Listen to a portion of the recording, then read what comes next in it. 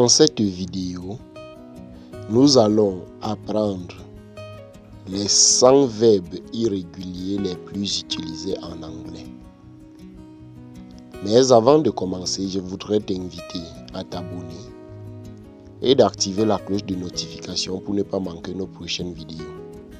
Je t'invite également à faire un tour dans notre description et de cliquer sur le lien qui te permettra de rejoindre notre canal Telegram pour qu'ensemble nous puissions apprendre l'anglais. Aujourd'hui, donc, dans cette vidéo, pour souci de longueur de vidéo, nous allons juste apprendre 10 verbes. Et la question qu'on se pose donc, c'est que pourquoi on parle des verbes irréguliers en anglais? On parle des verbes irréguliers en anglais parce que il y a des verbes qui émettent des formes différentes. Formes différentes de quel sens? À un certain temps ou à un certain mode, le verbe change de forme. On ne parvient plus à identifier que c'est tel verbe ou bien c'est tel autre. Dans cette vidéo, donc, nous allons apprendre tous ces contours et nous allons donc maîtriser autour de 10 verbes. Nous devons donc penser aux verbes irréguliers quand on parle du passé. Et au passé, un verbe irrégulier prend juste ED. Par exemple, I look. I look, ici nous sommes au présent. Et I look veut dire je vois. Je vois en français, je vois. I look. Maintenant, au passé, on va juste prendre le mot look, qui est le verbe voir, et ajouter ED à la fin. I looked. Au passé, I looked. Et lorsque cette forme n'est plus possible, on va donc dire que le verbe est irrégulier. Et si on ne peut pas utiliser ED, on va donc dire le verbe est irrégulier. Donc, le verbe look est un verbe régulier, tandis que les verbes qui ne vont pas obéir à cette forme au passé vont donc être des verbes irréguliers. Maintenant, si nous prenons le premier verbe, to come, to come, en français équivaut à venir, le verbe venir.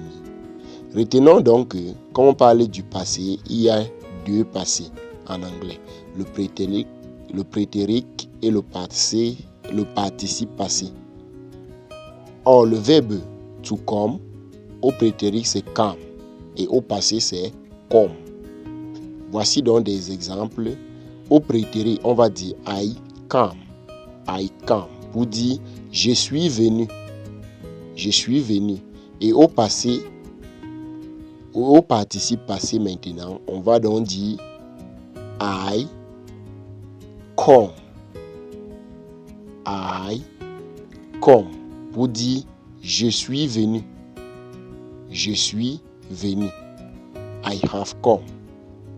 Voilà, c'est pour dire je suis venu, I have come.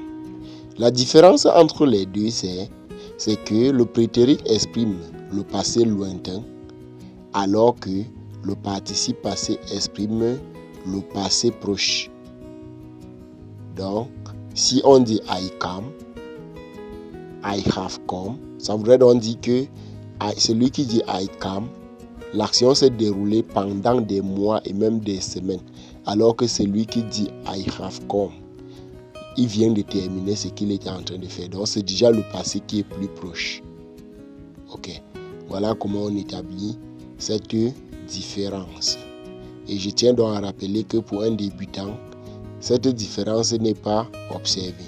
Celui qui dit I come et celui qui dit I have come, c'est la même chose. On parvient à le comprendre, mais celui qui est déjà professionnel et mûr doit dire I come pour dire que l'action s'est déroulée depuis. Je suis venu, c'était depuis que je suis venu. Mais celui qui dit I have come, c'est pour dire qu'il vient d'arriver. Le deuxième verbe c'est to become. To become. To become, en français, équivaut à devenir. To become. Au prétérit donc, on va avoir become, become, become. Et au participe passé, on va donc avoir become. Et on va juste prendre un exemple pour les débutants. Comment dire? She became dangerous. She became dangerous. En français, elle est devenue dangereuse. Troisième verbe, to run, courir. To run, c'est le verbe courir. To run. To run, au prétérit, ça va donner run. Run. Run. Et au participe passé, ça va donner run. On change le. Ça ne change pas. Exemple, we ran 3 km. We ran 3 km. Pour dire, nous avons couru 3 km. We ran 3 km. Ok. Quatrième verbe, to break. To break. En français, c'est casser ou bien briser. Break. Casser ou bien briser. En français, au prétérit donc, c'est équivaut à broke. Et au participe passé, c'est broken. Broken. Ok. Exemple. She has broken the glass. She has broken the glass. En français, on va donc dire elle a brisé le verre. She has broken the glass. Cinquième verbe. To choose. Le verbe choisir. To choose. To choose.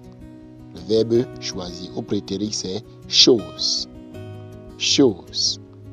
Et au participe passé, il s'agit de chosen. Chosen. Voici donc un exemple pour éclairer cela.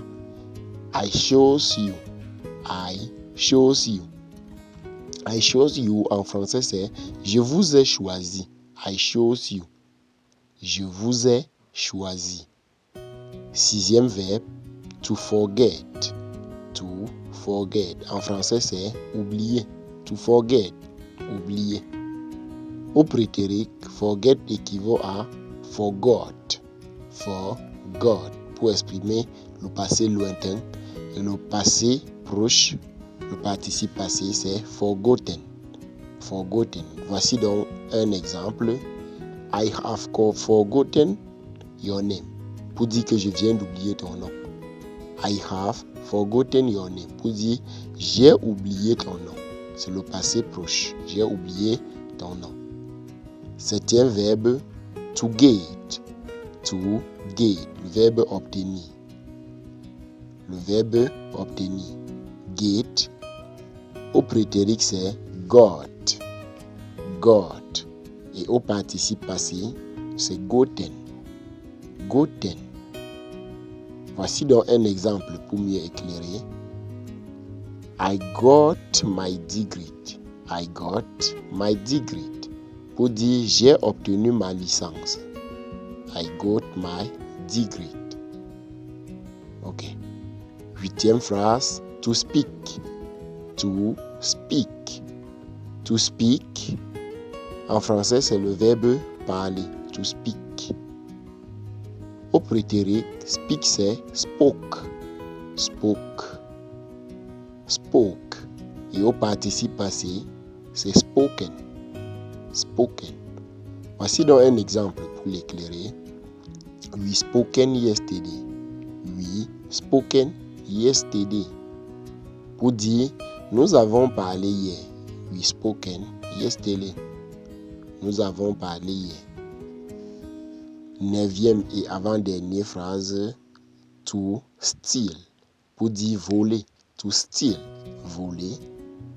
Au prétérit, le verbe voler en anglais, steal, c'est stole. Stole. Stole. Et au participe passé, c'est stolen. Stolen. Voici donc un exemple pour l'éclairer. He stole my money. He stole my money. Pour dire, il a volé mon argent. He stole my money. Il a volé mon argent. 10e et dernière phrase, to wake. To wake. Pour dire se réveiller. To wake. Se réveiller. Au prétérit, c'est walk. Walk. Walk. Et au participe passé, c'est walken. Walken. Walken. Voici donc un exemple pour l'éclairer. I woke up with flu. I woke up with flu. En français, je me suis réveillé avec la grippe. I woke up with flu. Voici donc un exercice que j'attends vos réponses dans les commentaires. Dans les commentaires, traduisez cette phrase en français. I woke up late. I woke up late. Deuxième phrase, toujours dans les commentaires. I forgot your phone. I forgot your phone. Troisième phrase, toujours dans les commentaires. I forget easily. I forget easily. C'était tout pour cette vidéo. Merci d'avoir regardé jusqu'à la fin. Et surtout, n'oublie pas de faire un tour dans la description et de t'abonner si ce n'est pas encore fait. Partage la vidéo, aime et n'oublie pas de mentionner dans ton commentaire ton avis. À la prochaine pour une nouvelle vidéo.